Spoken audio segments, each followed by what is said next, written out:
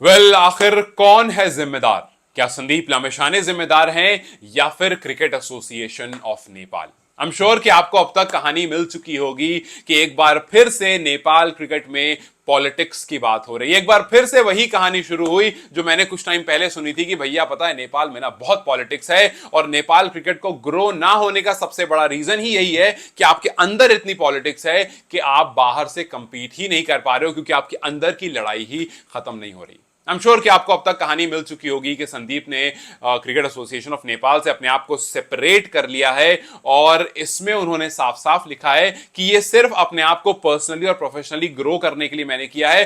Can ने आज तक जो कुछ मेरे साथ किया मैं उसके लिए बहुत बहुत शुक्रगुजार हूं, जितना सपोर्ट किया मैं उसके लिए बहुत शुक्रगुजार हूं, लेकिन अब से I think I should take care of my self, और मैं अपनी कंट्री को इसी तरह से रिप्रेजेंट करता रहूंगा। मैं इसी तरह से अपने दिल में ये जो पैशन है, जो कंट्री को खेलने का जो प्राइड है, वो लेकर चलता रहूंगा। लेकिन आई नो कि ये इतना आसान नहीं होने वाला है। अब आप ये मुझे बताओ कि अगर एक खिलाड़ी अपने आप को क्रिकेट बोर्ड से अलग कर लेता है तो वो कितना लंबा प्लेइंग 11 में या प्लेइंग 15 में रह सकता है?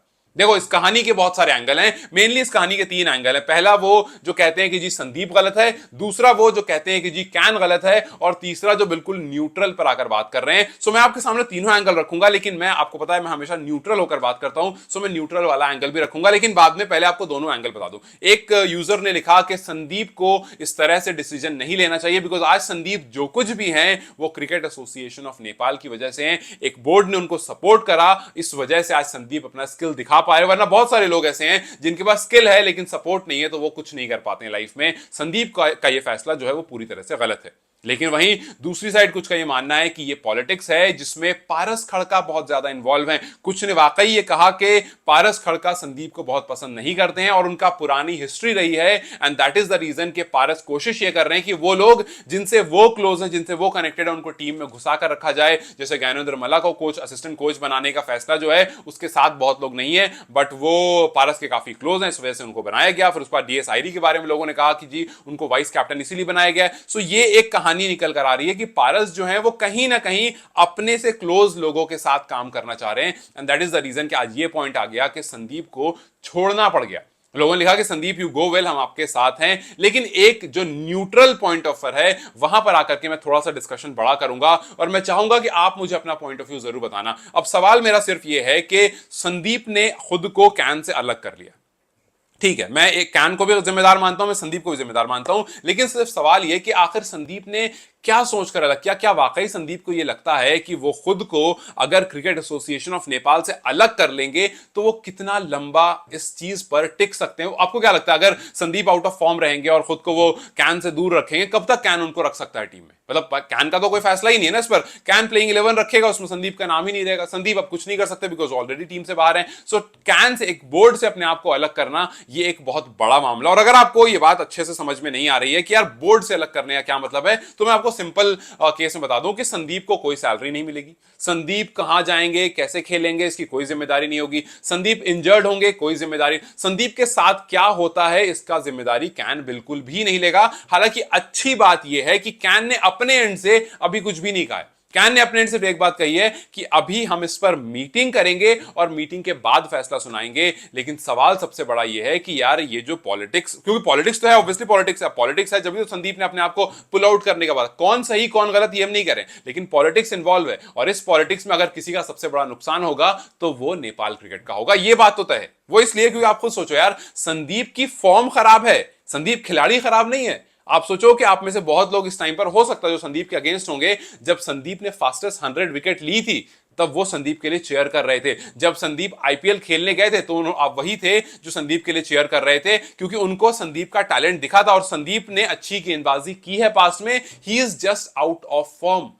एक खिलाड़ी जो फॉर्म के बाहर जाता है वो फॉर्म में भी आता है। सो आप सोचो, आप एक एसेट को जाने दे रहे हो यार। अगर इतना बड़ा खिलाड़ी जिसने आपको दुनिया भर में नाम कमवा के दिया, जिसने आपको बीबीएल जाकर खेला, आईपीएल जाकर खेला, पीएस, कौन ऐसा खिलाड़ी है नेपाल का जिसने दुनिया भर की लीग्स जाकर के खेली, जिसने दुनिया भर में नेपाल का नाम टॉप पर लेकर गया कि भाई फास्टेस्ट 100, वो संदीप लामिछाने हैं। सो अगर संदीप ने इतना कुछ किया तो अगर कैन इनको जाने देता है, तो मेरा सवाल बस यही होगा कि यार क्या वाकई वो खिलाड़ी जिसने इतना सब कुछ किया, आप उसके साथ बैठ करके डिस्कस नहीं कर पाए, आप उसको कॉमन ग्राउंड पर ला करके कन्विंस नहीं कर पाए? बिकॉज यार अगर कल को ऐसा होता है कि संदीप को आप सपोज करो बायकॉट कर देते हो। Let's take this as an example कि आज संदीप ने कहा कि भाई हाँ, संदीप का एक ही एंगल जरूर है कि संदीप काफी एक्सप्रेसिव हो चुके हैं पिछले कुछ दिनों में।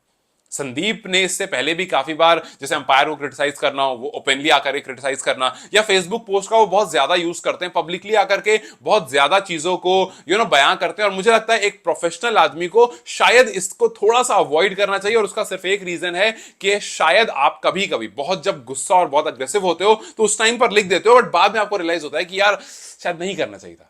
मतलब अगर वो, जैसे कैन ने क्या कहा, कैन ने कहा कि हम पहले, और ये बात मैं कह रहा हूं कि नेपाल के कुछ स्पोर्ट्स जर्नलिस्ट हैं जिन्होंने ये बात कही है कि कैन ने साफ साफ कहा है कि अभी हम कुछ भी नहीं बोलेंगे, हम पहले इसकी एक मीटिंग कर लेंगे, डिस्कशन कर लेंगे, उसके बाद आकर के बोलेंगे। सो कैन ने अपने एंड से अभी कोई भी बयानबाजी नहीं करी है, लेकिन संदीप की तरफ से ये पोस्ट आना थोड़ा सा बड़ा फैसला है। और मैं कह रहा हूं इवेंचुअली अगर कोई हैम्पर होगा तो वो नेपाल क्रिकेट होगी। और यहां पर अगर संदीप जिद पर अड़े हैं, सो नेपाल क्रिकेट को एक बार संदीप के पास जाकर के ये समझकर कि भाई इस बंदे ने इस पर्टिकुलर कंट्री के लिए बहुत कुछ किया है और आज ही आउट ऑफ फॉर्म है, तो शायद इसकी जो ब्रांड वैल्यू है शायद वो थोड़ी कम लग रही होगी, लेकिन कल को जब दोबारा से ये फॉर्म में आएगा तो ये वहीं चला जाएगा। इसको बस सपोर्ट चाहिए, और मैं दूसरे साइड को इग्नोर नहीं करूंगा। और अगर वाकई संदीप ने कुछ ऐसा किया है जिससे कैन काफी नाराज है और संदीप की कुछ ऐसी डिमांड है जो काफी ज्यादा बड़ी है, तो यहां पर कैन को संदीप के साथ बैठ करके एक न्यूट्रल पॉइंट पर आना पड़ेगा। संदीप को न्यूट्रल पॉइंट पर आना पड़ेगा कि चलो ठीक है, हम यहां पर सेटल करते हैं और फिर I will continue playing for this country.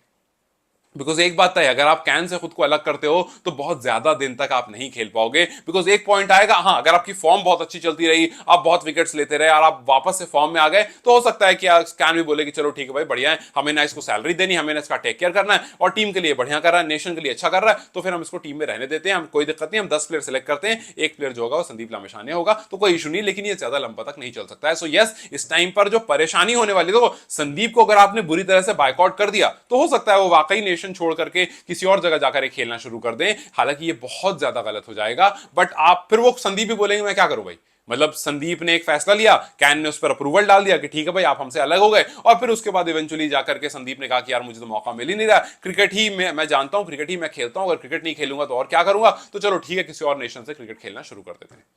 I don't want things to go that bad, लेकिन इस टाइम पर ये जो 2-3 एंगल हैं, जहां पर एक कह रहे हैं कि संदीप गलत है, संदीप काफी ज्यादा अग्रेसिव हो गए हैं, संदीप काफी ज्यादा डिमांडिंग हो गए हैं, और संदीप काफी ज्यादा लोगों ने ये भी लिखा कि संदीप को अटेंशन की आदत हो गई। दूसरी तरफ लोग कह रहे हैं कि जी पारस की गलती है, दूसरी तरफ लोग कह रहे हैं कि जी कैन की गलती है और कैन जिम्मेदार है। और न्यूट्रल पॉइंट ऑफ व्यू से अगर आप देखो तो नेपाल का नुकसान है, नेपाल क्रिकेट का नुकसान है, इसलिए क्योंकि जिस बंदे ने आपको इतना सब कुछ लाकर दिया, जिस बंदे ने ओवर द टॉप जाकर के वो काम किया जो आज तक किसी भी नेपाल क्रिकेट ने नहीं किया, तो जाहिर सी बात है कि आपको एक पॉइंट पर आना पड़ेगा, संदीप के साथ बैठना पड़ेगा, और जो भी संदीप का पॉइंट है, जो भी संदीप की डिमांड है, मैं ये नहीं कह रहा हूं कि संदीप की डिमांड फुलफिल कर दो कि भैया संदीप ने, लेट्स से संदीप ने कहा कि मुझे कप्तान बनाओ टीम का, मैं ये नहीं कह रहा हूं कि आंख बंद करके बना दो, लेकिन मैं ये कह रहा हूं भाई उनसे बात तो करो। अगर आपको लगता है कि वो कप्तान के लिए सही है तो उनसे बात करो। अभी रिसेंटली उनकी परफॉर्मेंसेस हमने देखी, उनकी टीम ने सारे मैचेस जीते, सो आप उसको बात करो, सोचो। अगर आपको लगता है, आप बोलो कि यार इस सीरीज में नहीं, इस सीरीज के बाद अगर ऐसा है तो, और अगर ऐसा नहीं है, कोई दूसरा पॉइंट है, कहीं और बात हो रही है, तो एक बार बैठ करके कॉमन पॉइंट पर आकर के चीजों को सेटल किया जा सकता है। बिकॉज आप एक बॉडी हो, आप एक बोर्ड हो, आपका काम ही यही है यार, आपका काम है प्लेयर्स को अरेंज करना, आपका काम है प्लेयर्स जो बात करें, बिकॉज सबकी अपनी अपनी डिमांड होती है, आपका काम है कि आप उनकी डिमांड सुनो और उसको एक कॉमन ग्राउंड पर आकर के सॉल्व करो। कल को भाई किसी और प्लेयर ने कुछ डिमांड कर दिया, आप उसको भी छोड़ दोगे। परसों किसी और प्लेयर ने, सपोज करो कि नेक्स्ट 2 इयर्स जो रहता है वो डीएस आईरी की बहुत अच्छी फॉर्म रहती है, एकदम next level top notch form रहती है, और उसी टाइम पर आईरी ने कहा कि मुझे कप्तान बनाओ, और आपकी टीम में से एक आदमी को ऐसा जिसका पावर है, उसने कहा नहीं यार आईरी को कप्तान नहीं बनाएंगे, T20 का बना दो, ओडीआई का नहीं बनाएंगे।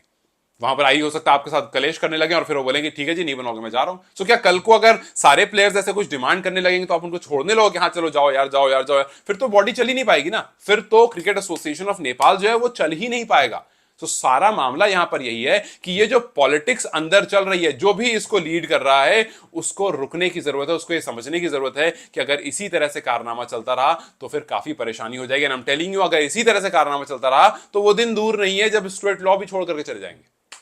जिनको आपने बुलाया है, जिनसे इतनी सारी उम्मीदें आपने रखी है, वो भी छोड़ करके चले जाएंगे। और हमने पास्ट में ऐसा देखा है कि कोचेस ने क्रिकेट के बीच में, उनके टेन्योर के बीच में छोड़ करके वो चले गए।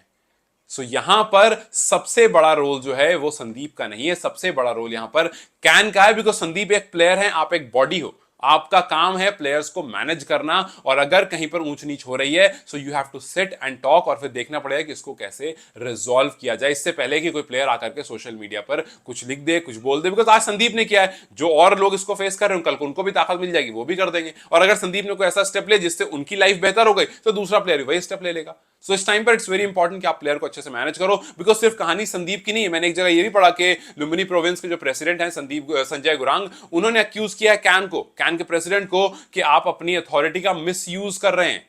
अब आप सोचो कि एक और जगह से, लेकिन कैन प्रेसिडेंट ने इस पर जवाब भी दिया है कि भैया हम मिसयूज नहीं कर रहे हैं, बल्कि लुम्बिनी के ये जो जनाब हैं गुरुंग, वो मिसयूज कर रहे हैं फंड्स का, जो हम फंड्स प्रोवाइड करते हैं उसको पूरी तरह से मिसयूज किया जा रहा है। सो आप सोचो कि इधर उधर से भी कैन पर आरोप लग रहे हैं, और ये जो पॉलिटिक्स का माहौल है जिससे इतने बड़े खिलाड़ी ने इतना बड़ा पोस्ट कर दिया, उसके बाद मामला जो है वो बहुत नॉर्मल नहीं लग रहा है।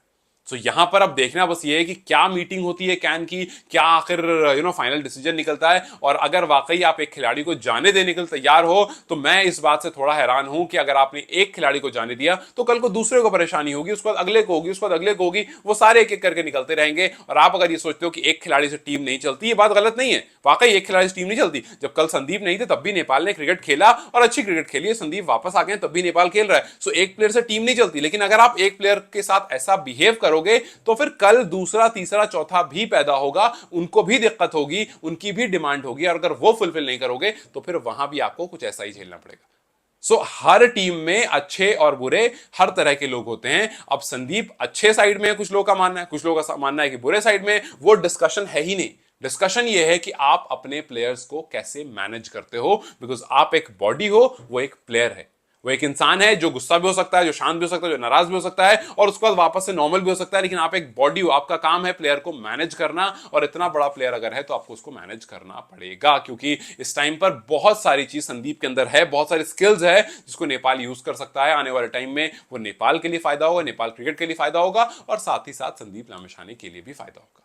सो लेट्स जस्ट होप कि चीज़ें बैक टू नॉर्मल हो जाए। जब अब एनपीएल हुआ था तो हमें लगा यार कितना नॉर्मल हो गया, कितनी चीज़ें बेहतर हो गई है, कोई पॉलिटिक्स नहीं, कोई इन्वॉल्वमेंट नहीं, हर चीज़ अच्छे से बढ़ रही है। लेकिन फिर बीच बीच में कहानियां इस तरह की आती हैं और लगता है कि नहीं यार, वाकई नेपाल क्रिकेट में जो हाल है वो पॉलिटिक्स एक बड़ा रीज़न है कि इस टाइम पर नेपाल क्रिकेट जो है वो पीछे के पीछे चला जा रहा है।